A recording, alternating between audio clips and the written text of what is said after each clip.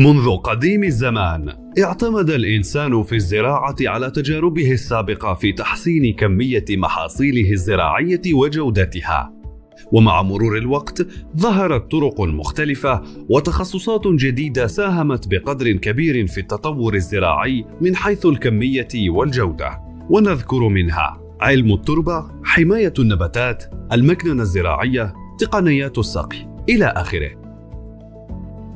كل ذلك البحث العلمي في هذه المجالات كان له الأثر الإيجابي في الوسط الزراعي وأحدث نقلة نوعية فيه، إلا أنه ومع ظهور أولى علامات التغير المناخي أصبح العالم في حاجة لتكنولوجيا متطورة تسمح له بمواجهة هذا التغير ومضاعفة الإنتاج والحفاظ عليه لتلبية الطلب العالمي على الغذاء.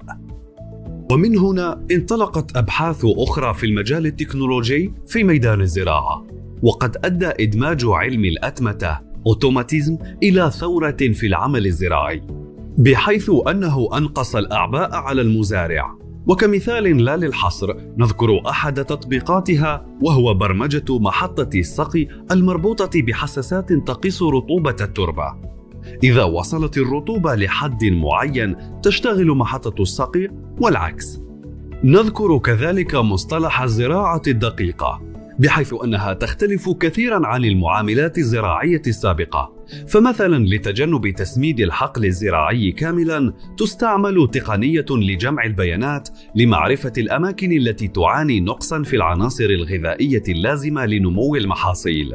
لم يكن هذا متاحا لولا استخدام التقنية نظام المعلومات الجغرافية GIS وطائرات درونز التي أثبتت نجاعتها وفعاليتها في مسح الأراضي وتحليل التربة، الكشف عن الآفات الزراعية وتحديدها بسرعة وبدقة عالية. لكن ومع زيادة الآثار السلبية للتغير المناخي والاحتباس الحراري على الزراعة عامة وعلى المحاصيل الزراعية خاصة، يرجح أن ينخفض معدل الإنتاج لكل المحاصيل بنسبة 30%. يعني أن الأمر أصبح أكثر تعقيدا، والحاجة إلى تكنولوجيا أكثر تطورا أصبحت ملحة لتلبية الأمن الغذائي العالمي. وهنا اتجه العالم إلى ما يسمى بالذكاء الاصطناعي Artificial Intelligence، كما يرمز له AI، وهي الزراعة الذكية، وتتم بواسطة روبوتات روبوتس. من أهم وظائفها تحليل التربة ميدانياً، مراقبة المحاصيل الزراعية وحمايتها، والتنبؤ بالطقس والعوامل المناخية. ربما يتساءل البعض: ولكن كيف يعمل الروبوت في الحقل؟ فهو مجرد آلة.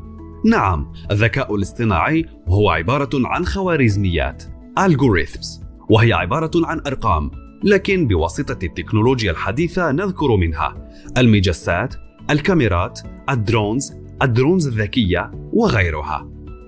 وكل هذه الأدوات المزروعة في الحقل تجمع ما يسمى بالبيانات data، وهي الذي يستخدمها الروبوت لأداء وظيفته في الحقل وفي توقع العوامل المناخية والآفات الزراعية إلى آخره، بحيث يتم تعليم الروبوت بإدخال كل البيانات التي ستساعده في أداء وظيفته. ويكون هذا عبر تقنيات خاصة أخرى تسمى بتعلم الآلة Machine Learning، وهو ما يسمح للروبوت بالتعلم من دون أن تتم برمجته لأداء تلك الوظيفة بصفة صريحة.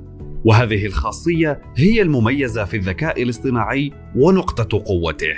مثلا نفرض أن لدينا بستان برتقال يمتد على مساحة شاسعة، ونريد أن نقطف المحصول. عادة اليد العاملة التي يتم جلبها ليست لها خبرة في الزراعة أو معرفة ما إذا كانت البرتقالة ناضجة أم لا، وعادة يتم قطف المحصول بصفة خاطئة وذات جودة سيئة. لهذا نقوم بجلب الروبوت المخصص للقيام بهذه الوظيفة، والذي تكون لديه بيانات خاصة بالبرتقال، ومنها موعد وكيفية ومواصفات نضجها، من أجل قطف محصول ذو جودة عالية وبطريقة صحيحة لا تؤثر على الشجرة